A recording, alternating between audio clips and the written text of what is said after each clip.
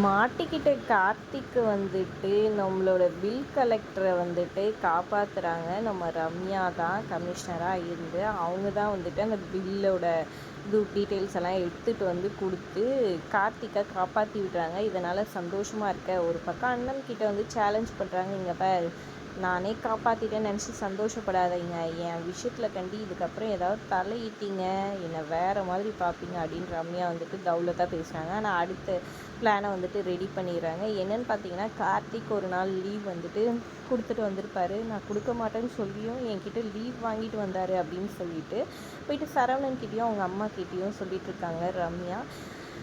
எதுக்காகனா அவர் வீட்டில் இருக்கலான்றதுக்காக நான் வந்துட்டு இன்றைக்கி மத்தியானம் உங்கள் வீட்டு லஞ்சுக்கு வரப்போகிறேன் அப்படின்ற மாதிரி சொல்கிறாங்க. ஏதோ ஒரு பிளானிங்கோடு போட்டுக்கிட்டு இங்கே கார்த்திக் எதுக்காக வந்துட்டு லீவ் போட்டு வராருன்றது புரியல.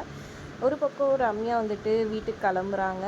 நீ கரெக்டாக வாமா, நீ ஏதோ ஒரு பிளான் பண்ணி தான் இதை செய்கிறேன், நான் உங்களுக்கு சப்போர்ட்டிவாக இருக்கேன்ற மாதிரி இங்கே கார்த்திக்கோட அம்மா வழக்கம் போல் அவருக்கு அகெயின்ஸ்டாக வந்துட்டு பண்ணுறாங்க. அவங்க அண்ணனுமே சரின்னு தலையாட்டுறாரு சிரிச்சுக்கிட்டே. இங்கே கரெக்டாக அவங்க வீட்டை நோக்கி வந்துட்டுருக்காங்க கார்த்திக்கும் நம்மளோட அண்ணமும்.